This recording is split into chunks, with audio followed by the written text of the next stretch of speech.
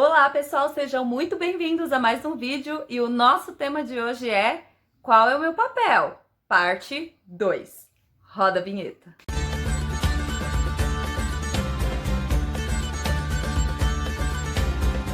Ai, gente, fala sério. Com o bombardeio de informações que a gente recebe, fica difícil a gente voltar e lembrar e conhecer, muitas vezes, porque nem é do nosso conhecimento, qual é o nosso papel.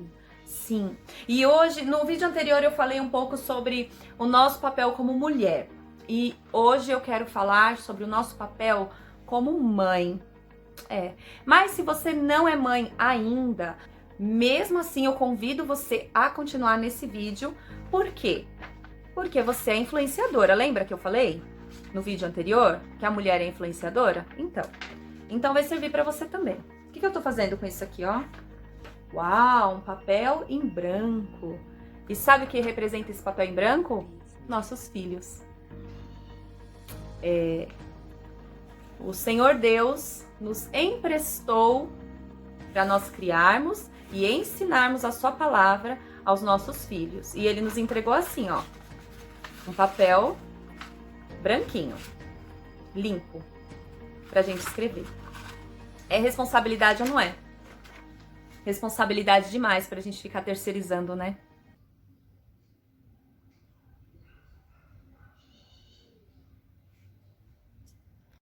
Filhos são preciosíssimos e eles foram dados por Deus a nós, para nós criarmos e educarmos nesse período, né? Que vivemos nessa terra. Nós sabemos que não criamos nossos filhos para nós. Se você não sabe ainda disso, fica ligada. Bom, eu tenho 2 filhos. Um tem 14 e o outro 5. Olha só que diferença gritante, né? Pois é, 2 fases completamente diferentes, um desafio completamente diferente do outro. Quando eu ganhei o meu filho mais velho, eu era muito jovem. Eu estava começando a trabalhar ainda, a ter minhas responsabilidades. Então, eu e o meu marido trabalhávamos muito. E a criação do meu filho até quase 7 anos de idade, ou 7 anos de idade, ficou com a minha avó, bisavó dele. Olha só.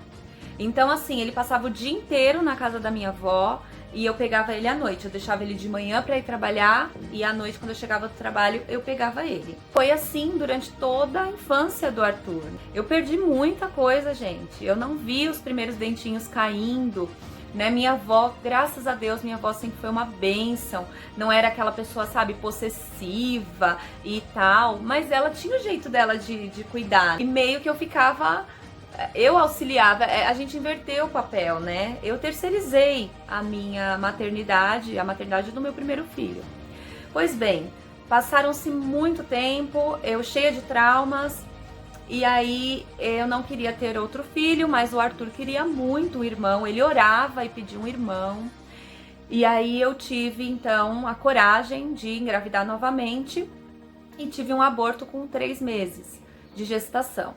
E naquele mesmo ano, no meio daquele ano, eu fiquei grávida de novo e veio então o Murilo.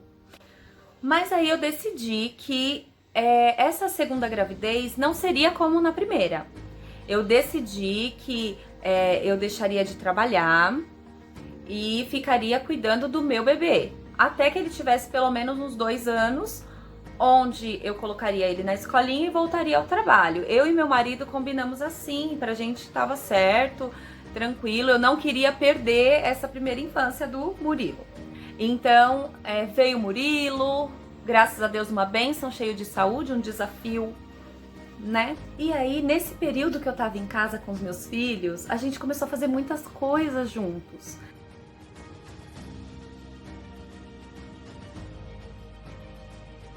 Não só curtia o Murilo, mas eu comecei a curtir o Arthur e a ensinar coisas pro Arthur. A gente começou a passar muito mais tempo juntos, sabe? Tempo de qualidade que a gente não tinha para fazer lição, para olhar caderno, para eu ir na escola mesmo, acompanhar, levar na porta, buscar, sabe? Eu ia com o Murilo no carrinho e tudo eu queria estar presente. E aí, quando chegou o tempo de eu voltar a trabalhar, eu falei, meu Deus, eu não vou conseguir deixar meus filhos.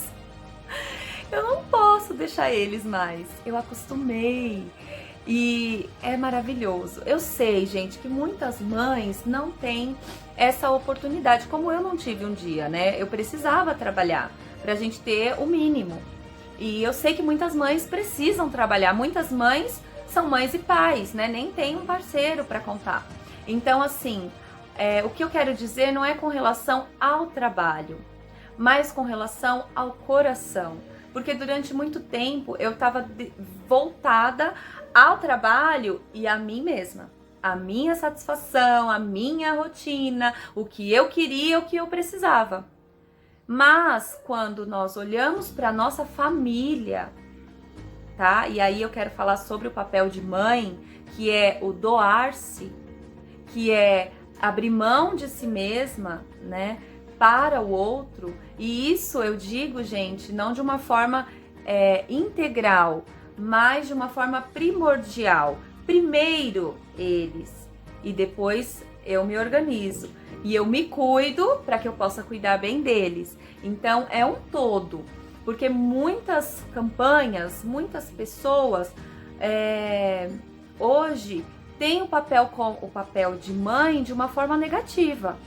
E de forma alguma, né? O doar-se, que aliás é o que o Evangelho nos ensina, né? Está escrito lá em João, Jesus fala: um novo mandamento vos dou, que vos ameis uns aos outros, como eu vos amei.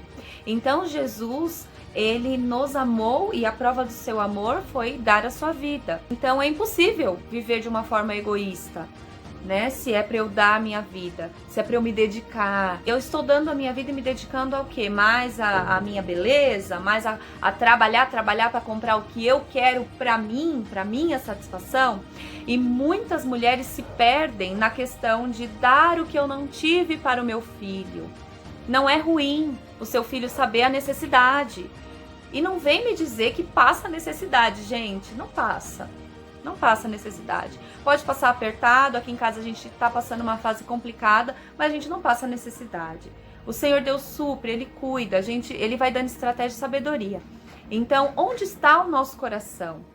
O nosso filho é um papel em branco. A sociedade é um reflexo da família. Nós somos edificadoras do nosso lar, né? O que nossa família está refletindo na sociedade? Hoje a gente vê um jovem de 15 anos que tem uma decepção amorosa e corta os pulsos.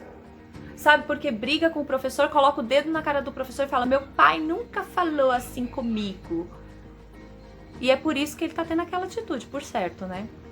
Então, a gente precisa assistir os nossos filhos de perto. Eles são nossa responsabilidade, não é da professora da escolinha. A escola não educa, nós educamos. Mas tem um outro ponto que eu quero falar, que é a questão do exemplo. Crianças e jovens, eles não seguem o que você fala, eles seguem o que você faz. Não adianta, e a pior coisa é você falar uma coisa e você não fazer, porque aí, meu filho, se ele é jovem, ele já vai te questionar logo na cara, na lata. Gente, eu convivo com muita criança, eles olham pra mim e eles perguntam, um belo dia eles perguntam, as meninas imitam, né? Ai, tia Lu, elas põem a bolsa no ombro, a maleta do outro e a criança no outro, que é a boneca. Oi, tia Lu, olha, eu tô brincando de tia Lu. Por quê? Porque elas me veem chegando assim no clubinho. Eu não falo pra elas isso.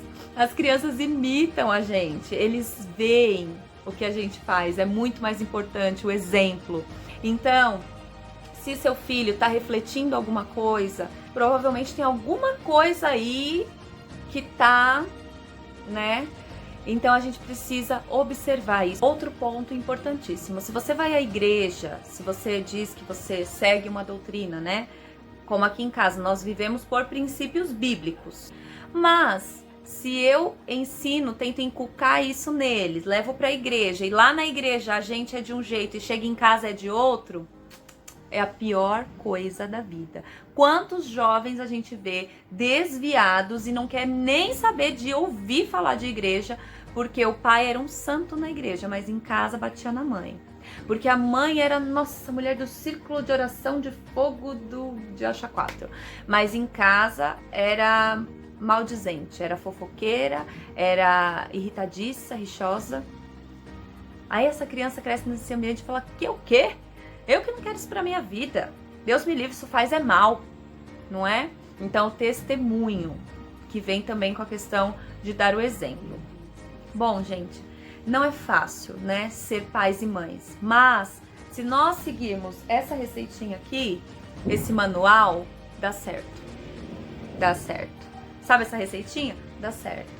Eu tenho lutado para colocar em prática. Por quê? Porque tive 2 filhos com 2 personalidades diferentes. Mas o que eu tento tomar muito cuidado aqui em casa, para não colocar rótulos, para não fazer diferença, porque normalmente você vai ter mais afinidade com o filho que não é igual a você.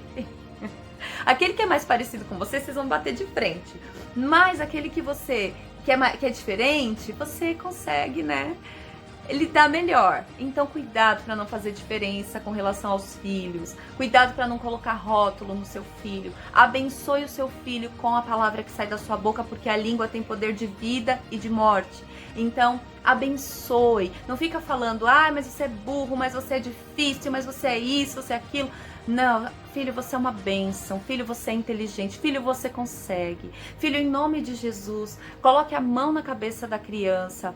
Ore por ela, profetize bênçãos, profetize que ela é muito nervosa, profetize você é calmo, você é uma bênção, que o Senhor te dê um espírito manso.